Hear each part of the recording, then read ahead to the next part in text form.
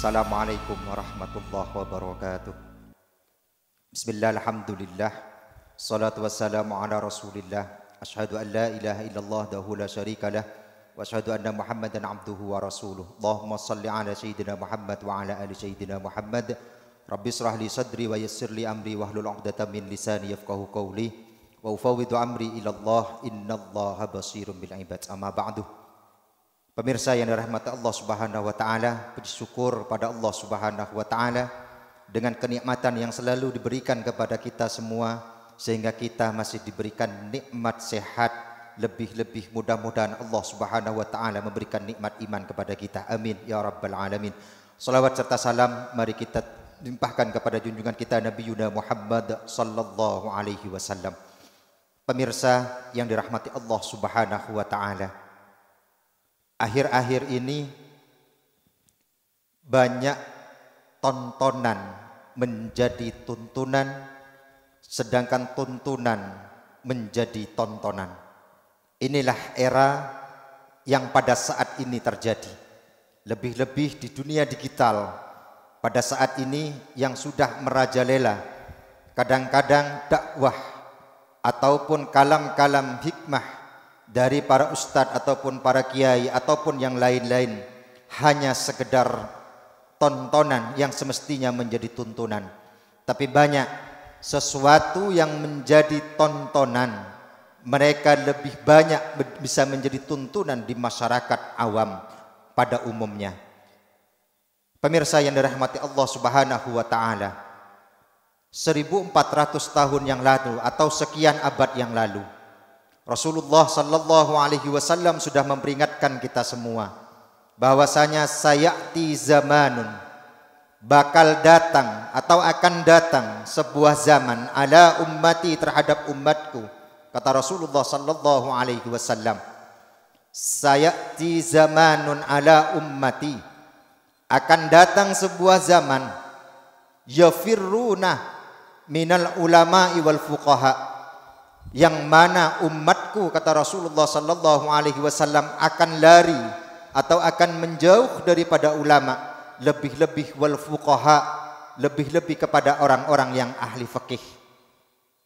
Pemirsa yang dirahmati Allah Subhanahu wa taala, sudah banyak pada saat ini, di saat para alim, para ulama ataupun para kiai memberikan wejangan atau menasihati dari masyarakat awam, jawaban-jawaban yang diberikan masyarakat awam adalah hal-hal yang tidak mengenakkan.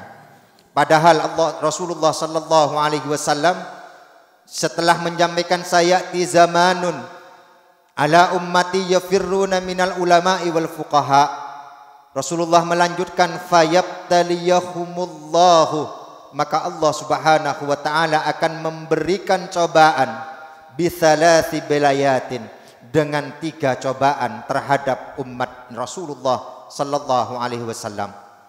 Pertama, kata Rasulullah sallallahu alaihi wasallam, al-awwaluha, bahwasanya Rasulullah Subhanahu wa taala yarfa'ullahu al-barakatu min kasbihim, Allah Subhanahu wa taala akan merangkat barokahnya atas sesuatu pekerjaan atau usaha-usahanya yang dilakukan setiap harinya.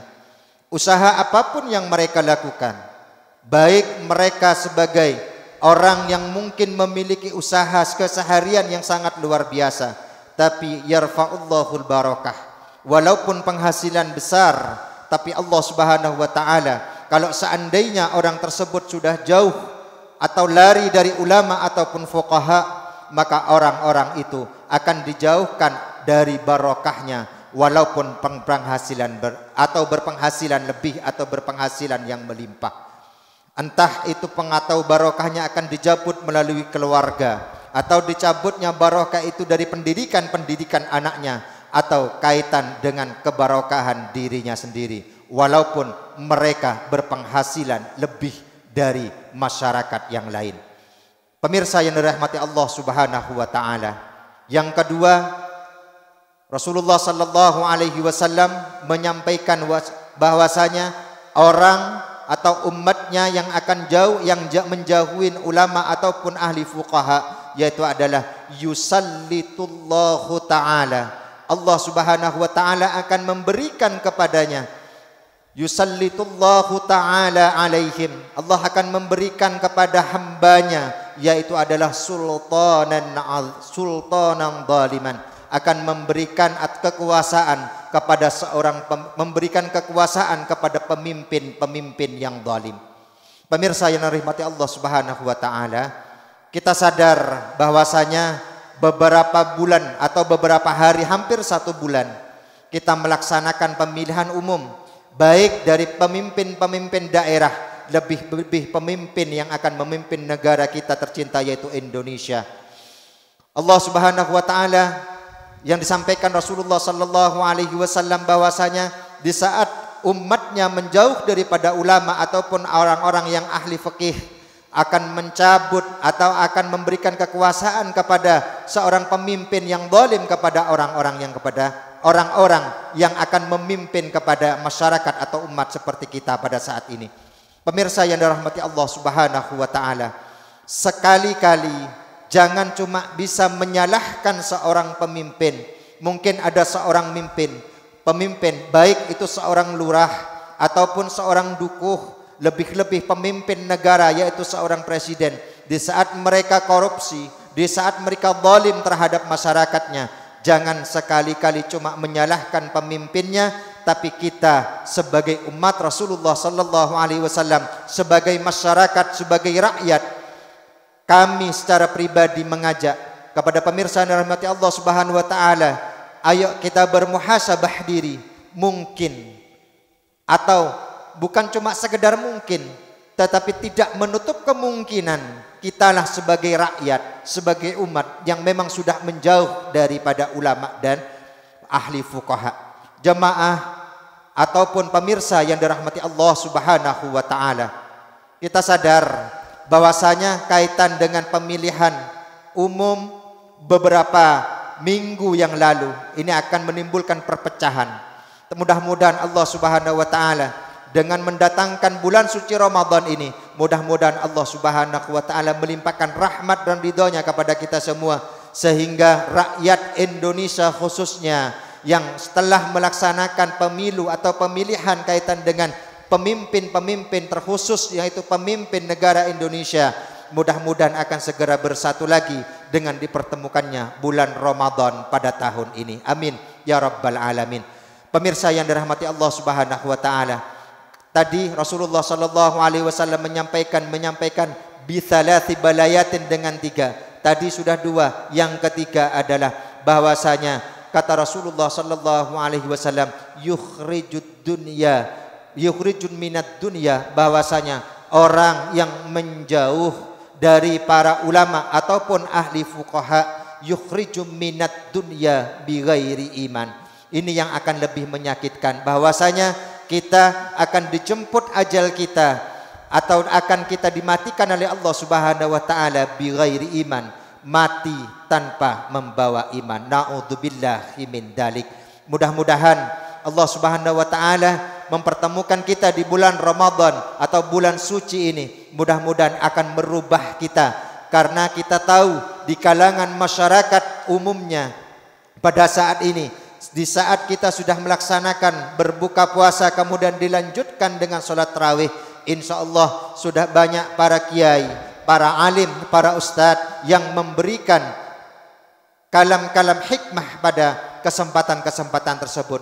Mudah-mudahan dengan hadirnya para kiai, dengan hadirnya para ulama ataupun para ustadz di kultum-kultum yang terjadi di sholat tarawih tersebut, mudah-mudahan akan bertambahnya cinta kita kepada para ulama dan tidak menjauhnya kita dari para ulama, dan mudah-mudahan Allah Subhanahu wa taala membukakan hati kita semua dengan datangnya bulan suci Ramadan ini, sehingga kita tambah cinta kepada alim, tambah cinta kepada para ulama, tambah cinta kepada para kiai. Karena bagaimanapun kita tidak pengen meninggalkan alam dunia ini, meninggal dalam keadaan tanpa membawa iman.